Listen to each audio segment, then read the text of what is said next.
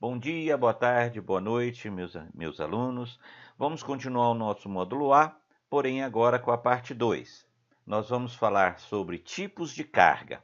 Bem, o que é a carga? Então, a definição que nós temos, que em regra é composta de mercadorias protegidas por embalagem apropriada, se for o caso, de modos que fiquem prontas para ser transportadas por algum modal de transporte. Em razão disso, é costume classificar as cargas de acordo com sua natureza. Nós temos aqui alguns exemplos de classificações básicas. Então, nós temos carga a granel, que são os, vamos dizer assim, é tudo solto. É o caso de soja, é uma carga a granel, a gente exporta muito soja via navios, tá? Nós temos carga geral, nós temos carga solta, carga unitizada, consolidada, nós temos carga frágil, que quebra, carga úmida, perecível, alimentos, nós temos cargas não aceitáveis, cargas valiosas, embaladas, pesadas, cargas total, sob controle de autoridade, cargas proibidas, cargas perigosas. Além das classificações básicas, nós temos as classificações de cargas perigosas, que são os artigos explosivos, substâncias explosivas, explosão em massa, substâncias pirotécnicas, substâncias sólidas. Ou seja, cargas perigosas são quaisquer cargas que, por serem explosivas, tá? Exemplo, gás, produtos inflamáveis, venenosos, representam o risco aos trabalhadores e às instalações físicas. Nós temos muitos exemplos aqui na região, inclusive, de cargas perigosas que tombaram perto de riachos, que quase contaminaram alguns locais de captação de água. Bem, os produtos perigosos são classificados não por um país, mas sim pela ONU, tá? Em 9 classes de riscos e subclasses. E se você quiser saber um pouquinho mais, basta você ler a portaria de 2004, de 97, que o Ministério dos Transportes ele ratifica as informações, a classificação da ONU. Vamos falar sobre a natureza do planejamento e controle. O propósito do planejamento e controle é garantir a operação, ou seja, o transporte, a logística, tá?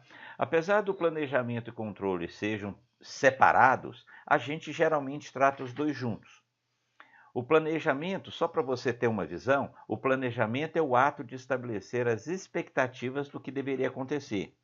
E o controle já é fazer com que aquilo aconteça, fazendo as medições e os ajustes para que aquilo ocorra. Então, nós temos aqui um infográfico que mostra que o planejamento e controle está entre a demanda de produtos e o fornecimento de serviços. Então, está entre o consumidor e os recursos da operação. Todas as atividades que conciliam o fornecimento e a demanda estão envolvidas em planejamento e controle. Nós temos aqui algumas operações do planejamento especificado, que é a gestão da capacidade da demanda, a programação de produção, as políticas de priorização do que produzir e as políticas de estoque, quanto e onde guardar.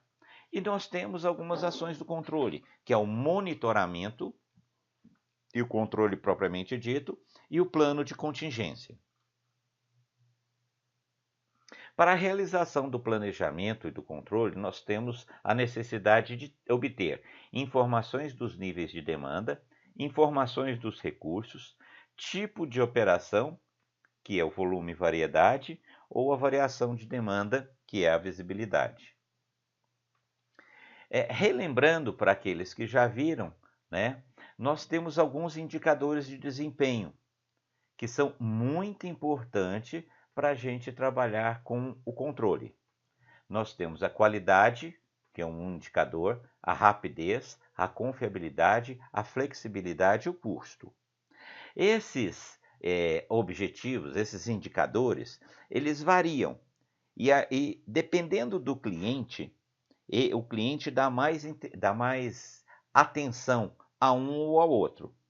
Então você tem que ficar sempre ligado ao que seu cliente precisa, se ele precisa de qualidade, se ele precisa de rapidez, ou de confiabilidade, flexibilidade ou de custo. Bem, gente, nós não conseguimos manter com uma lucratividade aceitável todos os indicadores em nível alto. Então a gente trabalha com uns mais altos do que os outros. Outra coisa que é importante a gente saber é sobre os tipos de produção que nós temos, que é a produção empurrada e a produção puxada. Produção empurrada é quando a fábrica produz e entrega para o varejista. E esse varejista depois recebe o seu cliente para comprar.